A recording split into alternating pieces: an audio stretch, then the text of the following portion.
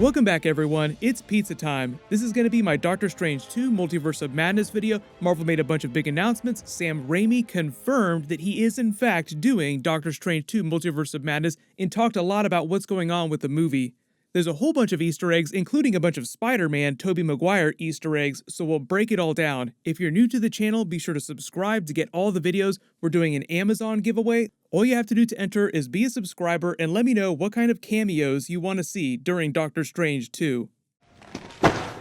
Pizza time.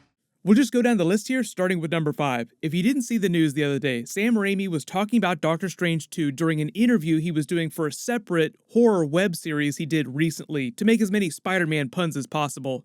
This is what he said about the Doctor Strange character and about the movie, so I'll just read his quote here.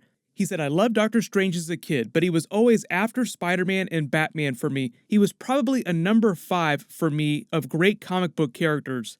He was so original, but when we had that moment in Spider-Man 2, I had no idea that we would ever be making a Doctor Strange movie, so it was really funny to me that coincidentally that line was in the movie. I gotta say, I wish we had the foresight to know that I was going to be involved in the project."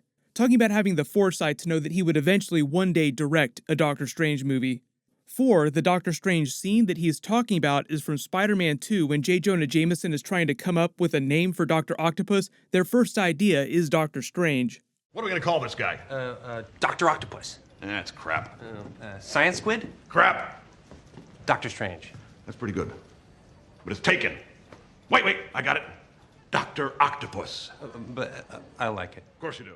So obviously the funny thing about that is that Sam Raimi says, at the time, he didn't think that he'd ever be involved with a Doctor Strange movie, and Sony didn't have the rights to the character, so they wouldn't be able to make that movie at Sony anyway.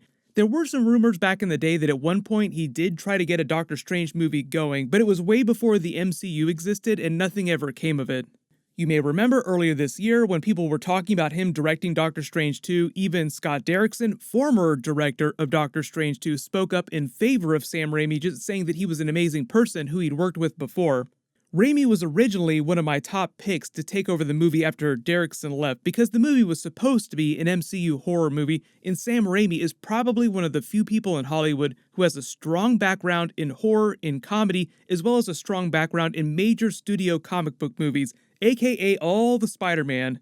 Whatever you think about what happened with Spider-Man 3, Spider-Man 2 with Tobey Maguire is still regarded as one of the best comic book movies of all time, not just one of the best Spider-Man movies of all time. If you're not sure what happened with Scott Derrickson and why he left, it's because he had a big disagreement with Marvel over the tone of the film and the creative aspects, and even though he and Marvel haven't gotten into the details, you can kind of see what's going on if you look back to this Doctor Strange 2 Comic-Con clip from last year, and then the separate clip of Kevin Feige later talking about the movie. Also, pay attention to what Benedict Cumberbatch says during this clip too about the movie because it'll explain another reason why Sam Raimi is such a slam dunk pick to take it over. I mean, what excites me about Doctor Strange is what made him great in the comics, that he doesn't fight villains from this Earth or even from this universe, but from the multiverse and from other dimensions. So you get into all kinds of psychedelic weirdness, which this movie is going to. But when I came and talked to Kevin about doing a sequel, I said, I don't want to do just another sequel to do a sequel. If I'm going to do it, it has to go into the territory that drew me into the Doctor Strange comics in the first place, which is how they dipped into the gothic and the horror and the horrific, and we're gonna make the first scary MCU film. Yes! Yes! You had me at goth. You know what? No, it's PG-13, you're gonna like it. I'm really excited to be at the dawn of this project, and I think it's vital to maintain the integrity of humor and stuff that we had in the first film, but with this twist of horror, which I think will really have people gripped. So at that Comic-Con panel, Scott Derrickson was hyping up Doctor Strange 2 as the first real MCU horror movie, a scary MCU movie. But then right after that, real quickly, Benedict Cumberbatch piped up about retaining the quote-unquote humor and comedy of the first Doctor Strange movie. Now you see why Sam Raimi's background in horror comedy is so important. All you have to do is watch Evil Dead 2 or Army of Darkness.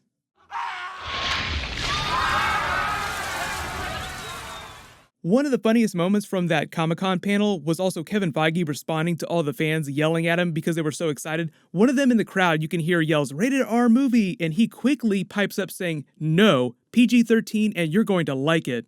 Like, he wanted to immediately make it clear that there was no way they were going to make a rated R Doctor Strange movie. And because Scott Derrickson's background is mostly in traditional rated R horror films, it just sounds like he wanted to make a legit horror film in the MCU, and Kevin Feige is like, no, we're not doing that. 2, the best example of Sam Raimi doing horror inside a comic book movie are the scenes like this from Spider-Man 2 when they're doing the Dr. Octopus origin scene in the hospital right after his initial accident.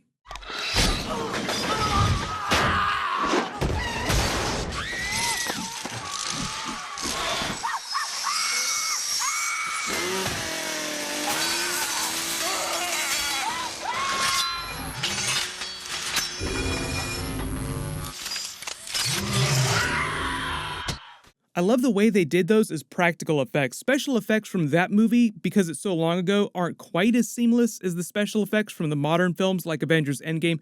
But if you remember all the Doctor Strange scenes from Thor Ragnarok, Taika Waititi said that they did most of those as practical effects in camera without having to use special effects, with him messing with Thor all through the sanctum.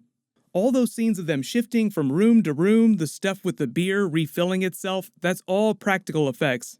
But just in terms of differences from the first Doctor Strange movie, what we know about Doctor Strange 2 obviously is that it's mostly dealing with the multiverse, as the title implies, Multiverse of Madness, but it's also a lot more psychological horror. They haven't officially confirmed that Nightmare is the main villain, but because they already knew what the story was going to be back when Scott Derrickson was doing it, and he kept talking about Nightmare, it sounds like they haven't changed that part of it. Think of a version of Dormammu that's more like Freddy Krueger, Nightmare on Elm Street, messing with people's dreams from an alternate dimension, but then somehow manifests in the physical main reality, the MCU. The whole concept of Nightmare and the Nightmare dimension is that the bonds between dimensions, between realities, weaken when you're asleep, and that's when he's able to penetrate people's minds and mess with them. But because the WandaVision series is supposed to set up the beginning of Doctor Strange 2, it sounds like something that Scarlet Witch does with her children and Vision in this alternate reality story that they're doing creates some havoc in the multiverse that the villain of Doctor Strange 2 is able to exploit. So imagine them doing the Iron Man 3 trauma storyline, where Iron Man is still experiencing all his anxiety and trauma from the Battle of New York, only the nightmares that he sees in dreams start to manifest in the real world.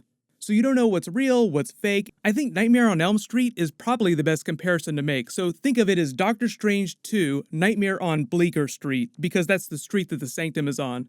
But number 1, I know you're all asking, Tobey Maguire Spider-Man Easter eggs or even a full-blown cameo scene in the movie, what's going on? If the movie's all about the multiverse, and because of the major Doctor Strange Spider-Man 2 Easter egg, how can he not try to pay it off by referencing Tobey Maguire's Spider-Man somehow in Doctor Strange 2? It just feels too perfect. You don't even need to do it as a full-blown cameo. Even Bruce Campbell, longtime Sam Raimi collaborator, is also asking for a cameo as a villain character. You may remember him from the cameo in the first Spider-Man movie as the MC who introduces him into the ring when he's getting ready to fight that wrestling match. What's your name, kid? The Human Spider. The Human Spider, that's it? That's the best you got? Yeah. Oh, that sucks. The terrifying, the deadly, the amazing Spider-Man! And speaking of Doctor Strange Spider-Man crossover, Tom Holland still has that mystery Marvel movie on his contract as part of the big Sony Marvel sharing deal. Their current deal is for Spider-Man 3 in another non-Spider-Man Marvel movie. Doctor Strange and Spider-Man both live in the New York City area. I don't know if they have plans for any kind of Tom Holland cameo during the movie. Right now, Scarlet Witch is supposed to be the other lead character, so I don't expect a whole lot of Spider-Man stuff to be happening in Doctor Strange 2. I think a really good comparison to make for Scarlet Witch Doctor Strange team-up versus whoever this multiverse villain is going to be is that it's a lot like Doctor Strange Triumph and Torment, which is the story of Doctor Doom teaming up with Doctor Strange because Doctor Doom is a magic user and a science user to go to hell to fight Mephisto and save Doctor Doom's mother. So everyone just leave all your predictions for Doctor Strange 2 in the comments below. If you didn't see, I'm also doing that big MCU Infinity Saga rewatch project where I point out all the big Marvel Phase 4 Easter eggs in the MCU movies. My next video for that will be for Iron Man 2 that should post in the next couple of days. Congratulations, Billy Kensett, you're the giveaway winner from my last big Marvel video. Please email me on the About page of my channel so I can get your details. Everyone click here for that Incredible Hulk Infinity Saga video, and click here for my new Guardians of the Galaxy 3 teaser breakdown. Thank you so much for watching. Everyone stay safe. I'll see you guys tonight.